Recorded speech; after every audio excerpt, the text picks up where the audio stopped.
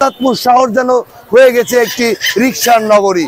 শাহজাদপুর শহরে যে কি পরিমাণে কতগুলো রিকশা আছে আমরা কেউই জানি না। পৌরসভা কি করছেন, শাহজাদপুর শহরে রিকশা প্রবেশ করলেই তাদের কাছ থেকে লাইসেন্সের নামে তাদের কাছ থেকে লাইসেন্স দিচ্ছেন এবং টাকা আদায় করছেন। কিন্তু এখানে কতগুলো রিকশাকে লাইসেন্স দিতে পারবে পৌরসভা? এই শহরের জন্য কতগুলো রিকশা এই শহরের জন্য প্রযোজ্য হবে, কতগুলো রিকশা প্রয়োজন, সেই বিষয়গুলো না চিন্তা করে, সেই বিষয়গুলো মাথায় না নিয়ে কিন্তু তারা কি করছেন, যত্রতত্র প্রতিটি রিকশাকে তারা লাইসেন্স দিচ্ছেন এবং রিকশাগুলো কিন্তু লাগামহীনভাবে শহর বিস্তার করছে। এবং একটি রিকশাতে কিন্তু একজন যাত্রীতে কিন্তু তারা থানাঘাট থেকে বিচিকে যাচ্ছে এবং একজন যাত্রীতে কিন্তু দিল্লুবা থেকে তারা সেই থানাঘাটে যাচ্ছে।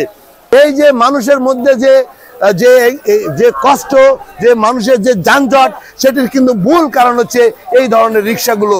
যত্রতত্র প্রতিটি জায়গাতে কিন্তু রিকশা স্ট্যান্ড করে দাঁড়িয়ে থাকে, যত্রতত্র প্রতিটি জায়গায় কিন্তু রিকশাগুলো কিন্তু এলোপাতারি করে রেখে দেয় এবং যার কারণে কিন্তু প্রতিদিন যানজট লেগে থাকে রাস্তা।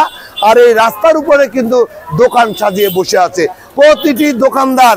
তারা কি করছে, তাদের যে শোয়িং করার জন্য, কাস্টমারকে আকর্ষণ করার জন্য তারা তাদের একটি পণ্য নিয়ে এসে, দুটি পণ্য নিয়ে এসে রাস্তার মধ্যে কিন্তু দাঁড় করিয়ে দিচ্ছে এবং এই রাস্তার মধ্যে দাঁড় করে রাখার তারা 3 ফিট 4 ফিট করে প্রতিটি দোকানদার কিন্তু দখল করে আছে।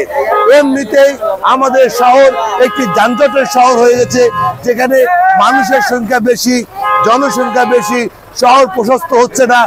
আর এই নিয়মগুলো, নীতিগুলো না থাকার কারণে কিন্তু মানুষের জীবন নাভিশ্বাস হয়ে যাচ্ছে। এই যেন একটি মগের মূল্যকে আমরা বাস করছি, যেখানে দেখারও কেউ নাই, বলারও কেউ নাই, যে যার মতো, যে যার খুশি তেমনই চলছে আমাদের শাহজাদপুর পৌর শহর। আমি কর্তৃপক্ষের দৃষ্টি আকর্ষণ করছি যে সমস্ত রিক্সাগুলোকে লাইসেন্স দেওয়া হয়েছে সেই সমস্ত রিক্সাগুলোর একটি সঠিক তালিকা প্রণয়ন করা হোক এবং তালিকা প্রণয়নের মাধ্যমে একটি নীতিমালা করা হোক যে শহরের মধ্যে এতগুলো রিক্সা প্রবেশ করতে পারবে, এতগুলো রিক্সা প্রয়োজন আছে।